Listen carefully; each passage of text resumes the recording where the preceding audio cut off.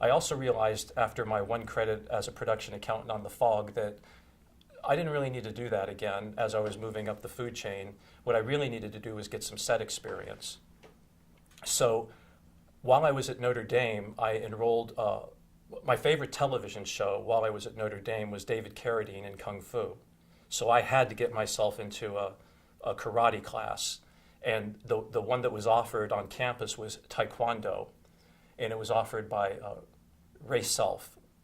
And he was out of Elkhart, Indiana.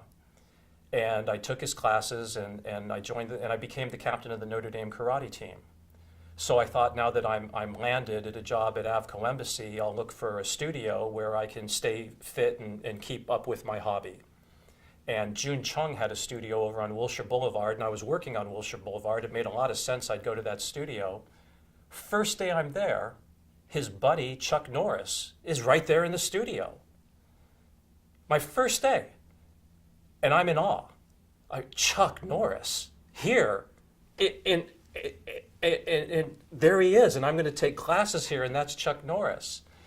So, you know, you got to fill out the forms and sign up for classes and pay your money. So I said, I'm going to start with a 3-month program and see where it gets me. And Jun Chong says, you work for a movie company? Well, you say, yeah, I'm an accountant over at AVCO Embassy Pictures. He goes, Chuck has a movie he wants to do. I said, get out of town. Yeah. So there's Chuck Norris telling me that he has this script called An Eye for an Eye, that even though he has Good Guys Wear Black, people aren't making him an offer for this. Get out of town. That's crazy. So now I go back to work, and almost day and date, I'm offered an assignment to do Deborah Hill's second picture with AVCO Embassy, which is Escape from New York. And it's an $8 million show. And Deborah and I both very quickly, after a very brief conversation, realized I'm not the right guy for this show. It's an $8 million show. I was barely making payroll on the last show, and it was a $1 million picture. I didn't know enough, and I had not been trained enough yet on how much staffing to have, how to do it. But the completion guarantor, Lindsley Parsons Sr. at the completion bond company that he ran, said, well, you know, I need eyes and ears on a set. I need a completion bond rep. He said, even though you work for the distribution company, I've known you over so many pictures we've done here in-house, I think it'd be fine for you to be my rep. I can offer the bond for a lower competitive price. I won't have to pay a rep to be on the set. You can be my eyes and ears.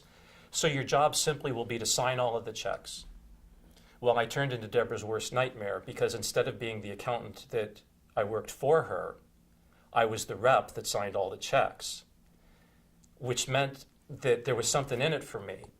Before I would sign any, and clearly I was not qualified for this job. So I'm being asked to sign checks for things, and I would then say, what's this for? Why do we need it? Now, can you imagine a producer hearing that every single time they want to spend money? It's not a happy camper. But oddly enough, Deborah was such a great person that by the end of the show, she said, I'm so impressed with you, your work ethic, and your ability to really learn quickly. I'd like you to quit AVCO Embassy and come be the president of John and my company, Hilltopper Productions. And I said, well, you know, Roger Burlage has been so good to me. Let me just go back. They doubled the offer that Deborah made for me to stay. And then I got to supervise all of their shows. I became, at the age of 24, head of production for AVCO Embassy Pictures.